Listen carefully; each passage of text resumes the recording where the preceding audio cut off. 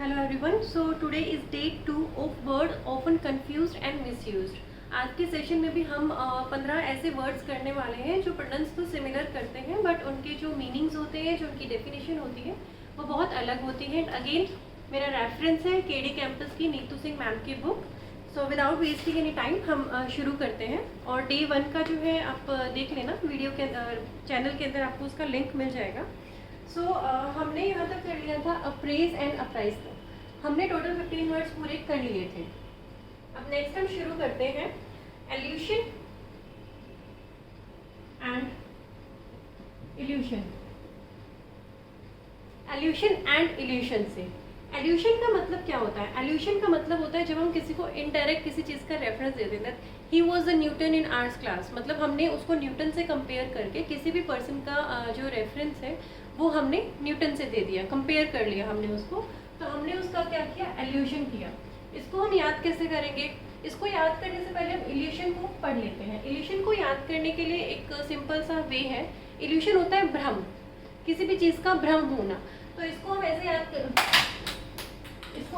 कर सकते हैं।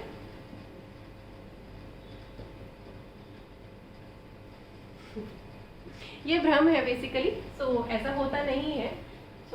आई लव यू से आप इल्यूशन को याद कर सकते हैं, और इल्यूशन इज बेसिकली भ्रम, किसी भी चीज़ के होने का भ्रम। अब इससे हम इसको कैसे याद करेंगे? इल्यूशन से हम एल्यूशन को ऐसे याद करेंगे कि इल्यूशन भ्रम होता है और एल्यूशन होता है किसी को रेफरेंस देना। अगर हम किसी को न्यूटन से कंपेयर कर रहे हैं, मतलब हम एक इल्यूशन कर रहे हैं, तो उससे आप एल्यूशन को याद रख सकते हैं। Okay, next word is beside and besides. इसमें क्या होता है? दोनों सिमिलर हैं, बस दोनों में सिर्फ एस का डिफरेंस है। बिसाइड का मतलब होता है अगर आप यहाँ खड़े हैं, कोई आपके साथ में खड़ा है, तो मतलब आपके जो साथ में खड़ा है वो आपके बिसाइड है। तो बिसाइड का मतलब ये हो गया। और देन आता है बिसाइड्स। बिसाइड्स मतलब किसी के अलावा, मतलब आप तो है ही है, आपके अलावा यहाँ पे और बहुत सारे लोग हैं। तो मतलब अपार्ट फ्रॉम यू बहुत सारे लोग वहाँ प्रेजेंट है, तो वो हो गया आपका बिसाइड्स। इसको तो याद करने के लिए एज सच कोई मेनेमोनिक रिक्वायर्ड है नहीं। उसके बाद नेक्स्ट आता है bridal with BRIDLE and the next one is BRIDAL। ये वाला ब्राइडल तो सबको पता है, जो कि हम एक दुल्हन के लिए जो यूज़ करते हैं ब्राइडल होता है वो।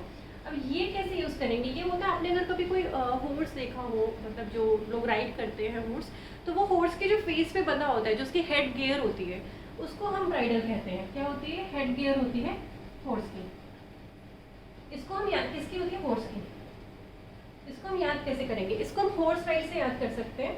रिडल से आप राइड उठा लीजिएगा और हॉर्स हो गया हॉर्स राइड, तो ब्रिडल यानी कि राइड ऑफ हॉर्स, और हॉर्स से आप हेड गियर हो जाएगा। क्योंकि हॉर्स पे जब बैठते हैं उसकी हेड गियर को जो भी पीछे आ रहा होता है उसको हम टाइट से पकड़ के बैठते हैं, तो राइडल से हॉर्स हेड गियर, इस तरह से ये याद हो जाएगा। देन इज ये आपका यहाँ तक हो गया। उसके बाद आया beneficial and beneficiary. Beneficial and beneficiary.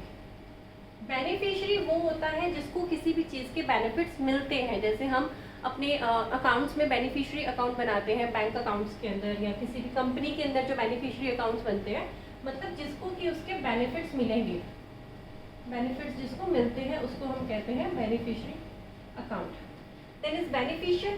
Beneficial होता है किसी भी चीज़ का यूजफुल होना, उसका लाभदायक होना, कि like not eating junk food is beneficial for us. Okay,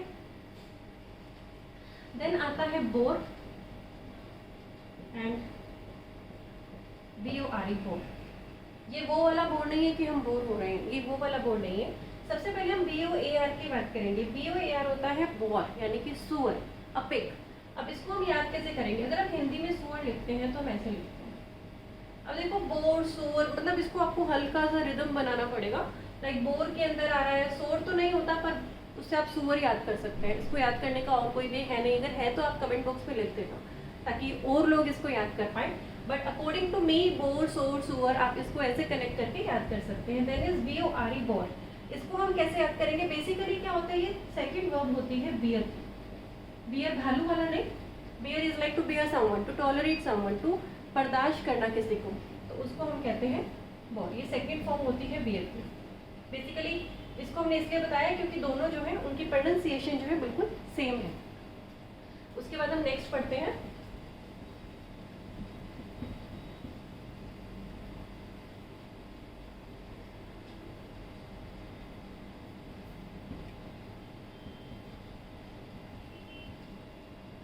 next आता है इसके अंदर बॉड एंड ब्रॉड। बोट क्या होता है और ब्रॉड क्या होता है? बोट होता है किसी चीज को खरीदना। आई बोट 3 रेड पेन टुडे, मैंने आज 3 रेड पेन खरीदी, सो वो हो गया बोट। और ब्रॉड होता है किसी चीज को लेकर आना, किसी चीज को लाना, ठीक है। तो ये होता है खरीदना, ये होता है जैसे आप किसी से लाइक खरीदना, किसी भी चीज को कैन आई बो सम पेन एंड इस तरह से चीजें जो होती है। और ब्रॉड होता है किसी से लेकर आना, जैसे आप बगल वाली ब्रांच में क्लास में जाके अगर डस्टर मांगते हैं सो वो उसको हम ब्रॉड बोलेंगे। और अगर आप खरीद के लेकर आते हैं स्टेशनरी शॉप से तो उसको हम कहेंगे बॉट। सो ये चीज हो गई। देन आता है कैच एंड होल्ड। क्रिकेट तो सब देखते हैं। अगर हम कोई भी जो वो कैच होती है, मतलब हम मूविंग बॉल को जो पकड़ते हैं तो वो होता है कैच मतलब। और अगर आपने कोई बॉटल पकड़ रखी है उसको हम कहेंगे होल्ड। तो मतलब अगर कोई चीज़ मूविंग है और उसको हमने पकड़ा then it is a catch.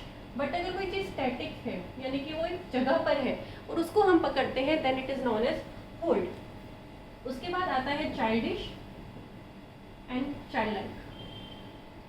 हम कभी कभी किसी को बोलते हैं ना डोंट बिहेव चाइल्डिश। इसका मतलब ये नहीं है कि बच्चे के जैसा बिहेव मत करो, इसका मतलब ये है कि बेवकूफ़ों जैसा बिहेव मत करो। चाइल्डिश इज बेसिकली बेवकूफ़ and child like is what you are thinking, it is like बच्चों के जैसा यानी कि innocent. He is acting child like, he is acting innocent. और you are don't behave childish, okay. And इस तरह से इसका हो गया। तो चाइल्डिश और चाइल्ड लाइक दोनों में डिफरेंस आपको क्लियर हो गया। Then is continual and continuous. Continual and continuous. Continual का मतलब होता है जो रेपिटेडली कोई चीज होती है, कोई चीज जब रेपिटेडली होती है, जैसे लड़ाई। If it is occurring repeatedly then it is called as continual, okay. And continuous होता है लगातार, विदाउट एनी ब्रेक। ये होता है रेपिटेडली, जरूरी नहीं है कि डेली हो बट फ्रीक्वेंटली होती है, रिपीटेडली हो रही है। ये होता है लगातार, बिना रुके हो रही है, ठीक है। ये दो चीजें हो गई। उसके बाद आता है क्रेडिबल एंड क्रेडिटेबल। आपने क्रेडेंशियल सुना होगा, जो हम अपने लॉगिन आईडी पासवर्ड होता है उसको हम क्रेडेंशियल्स बोलते हैं। सो क्रेडिबल हो गया बेसिकली विश्वसनीय कोई चीज, विश्वसनीय मतलब क्रेडिबल से आप क्रेडेंशियल्स याद रख सकते हैं। क्रेडेंशियल्स जो होते हैं बहुत ज़्यादा विश्वसनीय लोगों को ही बताया जाता है, तो क्रेडिबल से आप याद रख सकते हैं विश्वसनीय। और क्रेडिटेबल होता है किसी को सम्मानित करना, किसी को सम्मानित करना, वो होता है क्रेडिटेबल। मतलब आप जब नहीं होता किसी को क्रेडिट देते हैं किसी चीज़ का, तो आप एक तरीके से उसको सम्मानित करते हैं। जैसे आपने कोई फोटो क्लिक किया, फोटो का ही किसी को क्रेडिट देते हैं, तो basically what you are doing, आप उसको क्रेडिट दे रहे हैं, आप उसको सम्मानित कर रहे हैं उस चीज़ से। So that's it.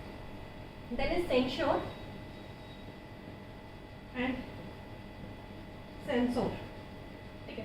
अब इसमें सेंश्योर का मतलब होता है किसी को वो करना, निंदा करना, किसी को निंदा करना, किसी की निंदा करना या फिर किसी को क्रिटिसाइज करना। सेंसर तो हम सब जानते हैं, कोई भी जो फिल्म होती है रिलीज से पहले सेंसर बोर्ड उसको पास करता है। तो सेंसर बेसिकली वही हो गया जो आपकी एक बॉडी होती है बेसिकली, वो जो आपकी फिल्म्स वगैरह एंड ऑल पास करती है। अब सेंसर को हम दो तरीके से याद रख सकते हैं कि उसका मीनिंग निंदा करना होता है। पहली चीज़ होती है सेंसर बोर्ड से याद कर लीजिए। सेंसर बोर्ड अगर किसी फिल्म को काट देती है तो बेसिकली वो निंदा, उसकी जो प्रोड्यूसर होता है वो तो अपनी निंदा फील करता है ना कि मैंने ऐसा कंटेंट बना दिया कि वो हो गया। एंड सेंश्योर का एक होते हैं जो लोग ज़्यादा श्योर होते हैं अपने आप को लेके, वो अक्सर दूसरों की निंदा करते हैं।